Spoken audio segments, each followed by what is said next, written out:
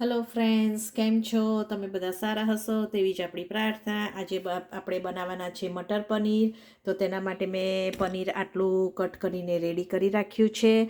અને એના માટે પનીરને આથવા માટે આપણે જે મેરિનેટ કરવાનું હોય તેના માટે મેં યોગર્ટ લીધું છે. આમાં ચણાનો લોટ લીધો છે 1 ટીસ્પૂન. એમાં મીઠું છે, મરચું છે, હળદર છે, ધાણા જીરું છે, ફેક ચીલી છે, ઓઇલ છે અને બ્લેક પેપર છે. આ બધું જ હવે આપણે મિક્સ કરી દઈશું અને એની અંદર પનીરને આપણે થોડી 10થી 15 મિનિટ માટે એને રવા દઈશું. તેથી પનીરમાં જે પ્લેન ફ્લેવર લાગે તે પનીરમાં પ્લેન ફ્લેવર ના લાગે અને એનો સરસ ટેસ્ટ આવે. એટલે આપણે હવે ચલો આ બધું મિક્સ કરી અને એની અંદર પનીર એડ કરી દઈશું. અને પનીર એડ કરો ત્યારે એકદમ ધીમા હાથે એને દાબીને નથી કરવાનું, નહીં કે પનીર તૂટી જશે. એટલે એને ધીમેથી જ અંદર મિક્સ કરવાનું છે. તો જો આવી રીતે બધું પહેલાં મિક્સ કરી દીધું હોય પછી જ એની અંદર આપણે પનીરને મિક્સ કરીશું. જો મિત્રો, હવે આ બધું આપણું પનીર સરસ રીતે અંદર મિક્સ થયું છે, એની ઉપર કોટિંગ સરસ રીતે થઈ ગયું છે. તો હવે આ પનીર આપણું મેરિનેટ થાય ત્યાં સુધી આપણે એને હવે રવા દઈએ 10થી 15 મિનિટ. તેથી અંદર બધું સરસ મસાલો અંદર મિક્સ થઈ જાય. એને વધારે હલાવવાનું નથી, કારણ કે પછી પનીર તૂટી જશે. ચલો આ મેરિનેટ થાય ત્યાં સુધી આપણે હવે બધા જે ઓનિયન ને જે છે એ આપણે હવે કટ કરી એના માટે રેડી કરી દઈએ. જો મિત્રો, હવે આપણે આ બધું અંદર જે એડ કરવાનું છે તે આપણે બધું કટ કરીને વેજીટેબલ્સ કરી દીધા છે. મારી પાસે યલો ને રેડ પેપર હતું, તે આજે મેં યલો ને રેડ પેપર જ તમારી પાસે પેપર્સ ના હોય તો તમારે પેપર્સ એડ નથી કરવાના. ખાલી ઓનિયન અને ટામેટું જ કરીને પણ કરી શકાય છે.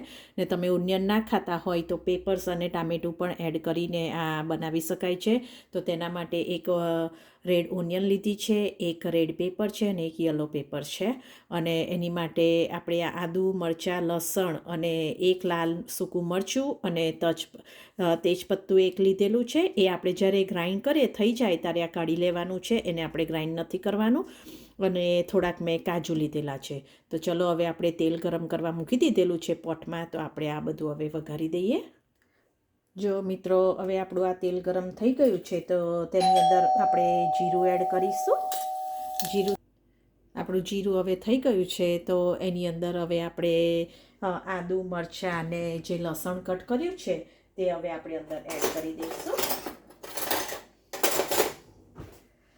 આદુ, મરચાં અને લસણ કટ કર્યું છે તે હવે એની અંદર એડ કરી દઈશું. ને પહેલાં તેજપત્તું એડ કરીએ એક. એની અંદર હવે આ મરચું છે લાલ, તે આપણે અંદર હાફ કરીને એડ કરી દઈશું. અને આ કાજુ એડ કરી દઈશું. અને હવે આદુ, મરચાં, લસણ આપણે એડ કરી દઈએ.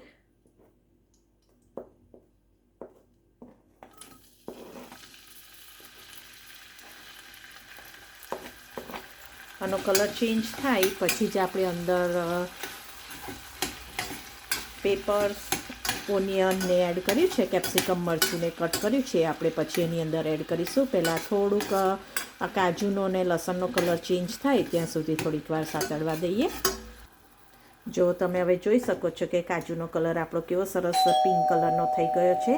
તો એની અંદર હવે આપણે બધા વેજીટેબલ્સ એડ કરી દઈએ. બધું જ આપણે હવે વેજીટેબલ્સ અંદર એડ કરી દીધું છે. જો તમે જોઈ શકો છો તો હવે મીડિયમ ટુ હાઈ ફ્લેમ પર, બહુ હાઈ નહીં પણ મીડિયમ ટુ હાઈ ફ્લેમ પર એને કૂક થવા દઈએ. અને પછી જ થોડું કૂક થઈ જાય 30% જેટલું પછી જ એની અંદર આપણે ટામેટું એડ કરીશું. અને પછી ટામેટું એડ કર્યા પછી એમાં થોડુંક સોલ્ટ નાખીશું એટલે જરાક ટામેટું જલ્દીથી કૂક થઈ જાય. અને પછી એને કૂલ થવા દઈએ. તો હવે 10-15 મિનિટ્સ માટે આ કૂક થવા દઈએ. ત્યાં પછી આપણે ટામેટું એડ કરીએ. આપણું હવે આ 30 જો કેવું સરસ રીતે 30% જેટલું કૂક થઈ ગયું છે. તો હવે આપણે એની અંદર ટામેટાં એડ કરી દઈએ અને ફરી એને આપણે કૂક થવા દઈશું. તો હવે આપણે બધા ટામેટાં એડ કરી અને હવે મિક્સ કરી લઈએ મિત્રો. અને હવે એને સરસ રીતે કૂક થવા દઈએ, ટામેટાં લૂઝ થાય ત્યાં સુધી. જો હવે આ ટામેટું કેવું સરસ રીતે અંદર ચડી ગયું છે અને અંદર બધું સરસ રીતે મિક્સ થઈ ગયું છે, તમે જોઈ શકો છો. તો હવે આપણે અને આવી રીતે જ કૂક થઈ ગયું છે એટલે આપણે હવે ગેસ બંધ કરી દઈશું. એને આપણે હવે ઠંડુ થવા દઈશું.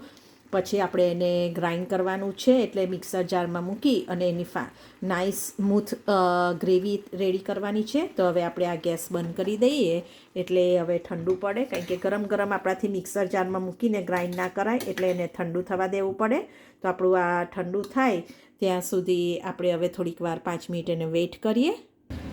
હવે આ બધું ઠંડુ થઈ ગયું છે. હવે આપણે એને ગ્રાઇન્ડ કરી દઈએ ને પછી એનો વઘાર કરીએ આપણે. જો મિત્રો, હવે આપણું આ વઘાર કરવા માટે તેલ મૂકી દીધું છે. ગરમ થાય ત્યાં સુધી આપણે આ ફ્રાય પેનમાં તેલ ગરમ કરવા મૂકી દીધું છે. તેની અંદર આપણે હવે આ પનીર જે આપણા કરેલા હતા તે હવે આપણે બધા પનીર અંદર ફ્રાય કરવા માટે મૂકી દઈશું. તો તમે જોઈ શકો છો કે આવી રીતે બધા પનીર મૂકી દેવાના છે, જેથી અને પછી ધીમેથી આનો કલર બ્રાઉન થાય એટલે એને ફરી પાછા આપણે ફેરવી કાઢવાના છે. એવી રીતે કૂક કરવાના છે, મીડિયમ ટુ હાઈ ફ્લેમ પર. તો ચલો આવી રીતે બધા પનીર આપણે કૂક કરી દઈએ. ત્યાં પેલું તેલ ગરમ થાય ત્યાં સુધી આપણે આવી રીતે પનીર, વધારે પનીર છે મિત્રો તો તમે મોટી ફ્રાય પેન લેવી હોય તો તેવી રીતે, કાં તો આવી રીતે 2 ટાઈમ્સ પણ તમે કરી શકો છો. હવે આ મારા લેફ્ટ છે એ હું ફરી પાછા એને મૂકી દઈશ અને કરવા માટે. તો આ કૂક થાય ત્યાં સુધી હવે આપણે શાક વઘારી કાઢીએ. જો મિત્રો, હવે આપણું આ તેલ ગરમ થઈ ગયું છે, તો તેની અંદર આપણે હવે જીરું એડ કરી દઈશું.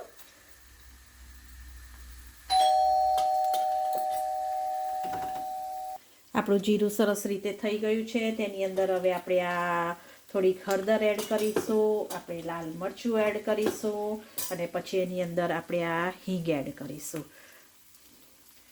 અને એની અંદર આ થોડુંક થાય એટલે એની અંદર આપણે આ બધું જ આપણી ગ્રેવી એડ કરી દઈશું મિત્રો. આપણો ગેસ હવે મીડિયમ પર રાખજો મિત્રો, કારણ કે ઓલરેડી આપણે કૂક થઈ ગયેલું છે. એટલે તો આ બધી હવે ગ્રેવી આપણે એડ કરી દઈએ.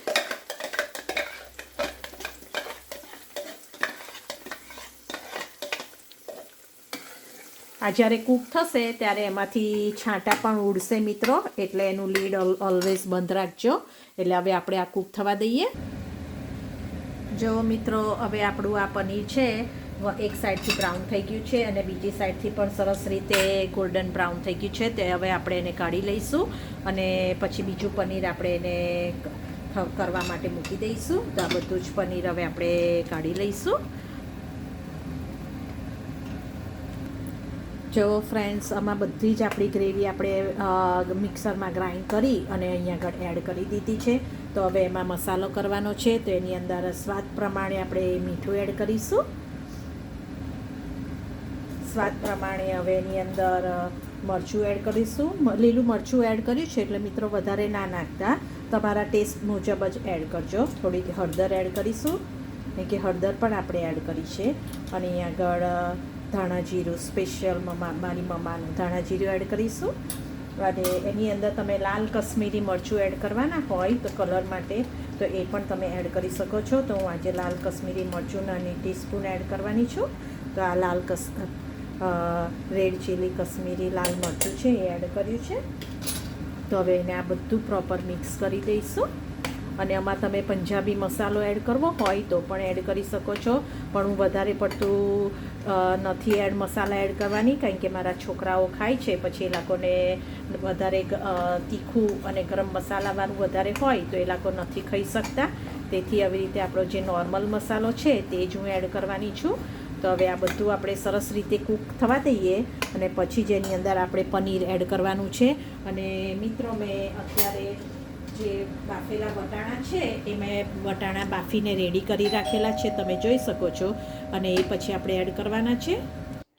આપણી ગ્રેવી સરસ રીતે ઉકળીને સરસ કલર જો એનો તેલ પણ છૂટું પડી ગયું છે મિત્રો. તો જો આપણી ગ્રેવી સરસ થઈ ગઈ છે. એની અંદર મેં જે આ થોડાક બાફેલા વટાણા, અત્યારે તમે શિયાળો છે તો આવા લીલા વટાણા ખૂબ જ સરસ મળતા હોય છે, તો તમે આવી રીતે બાફેલા વટાણા પણ એડ કરી શકો છો. તમારે ચીકપીઝ એટલે ચણા જો હોય તો પણ ચણા પણ એડ કરી શકો છો. એટલે આવી રીતે જો અમે આ વટાણા બધા એડ કરી દીધેલા છે.